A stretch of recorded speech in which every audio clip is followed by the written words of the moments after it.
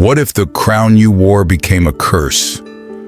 What if the man you married, the heir to an empire, gave you a disease that not only destroyed your body, but erased your future from history?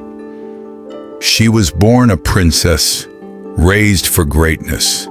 Stéphanie of Belgium was meant to be empress of the most powerful empire in Europe. But behind palace doors, her fairy tale turned into a nightmare.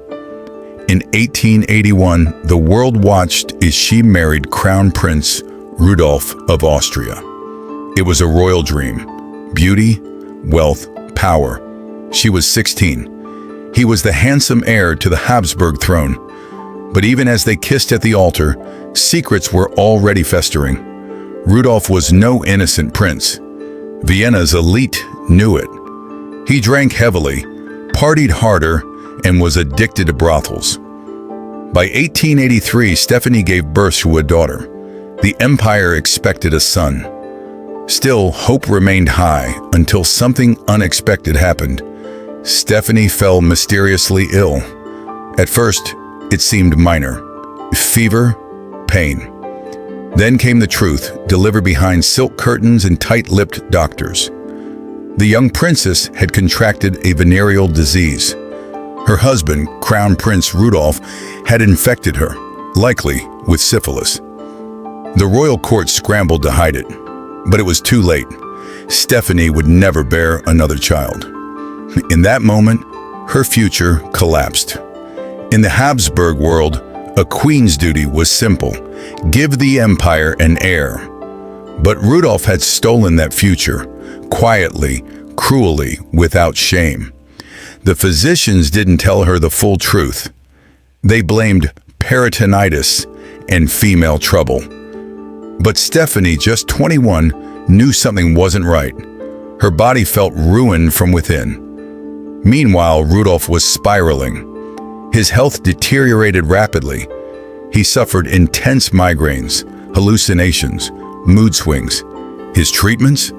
Mercury, morphine, and opium. Doctors prescribed mercury rubs and hot baths to purify the blood. But syphilis was stronger than science, and each cure made him weaker, more paranoid, and more violent. Their marriage disintegrated. They lived in separate rooms. Stéphanie was trapped in a palace filled with lies, silence, and scandal. The empress ignored her.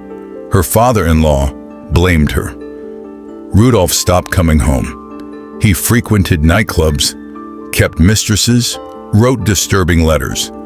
Behind closed doors, he spoke of death, of escape, of being cursed. And then came Mayerling, the final descent. On January 29, 1889, Rudolph took his 17-year-old lover, Baroness Mary Vacera, to a secluded hunting lodge in the woods. The next morning, the staff discovered the door locked. Inside, a scene of horror. Mary was shot in the head. Rudolph had turned the gun on himself. Blood soaked the walls. The empire panicked. Officials rushed to cover it up. At first, they claimed Rudolph died of a heart attack, then accidental shooting. But word leaked. The truth was unavoidable. A murder-suicide. The heir to the Austro-Hungarian Empire had died in disgrace, and he had dragged a teenage girl into the grave with him. Vienna was stunned.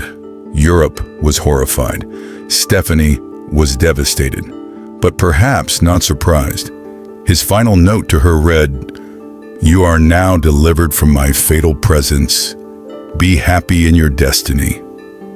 It was a cruel farewell from the man who had stolen her body, her dreams, her legacy, and then vanished in a final act of selfish destruction.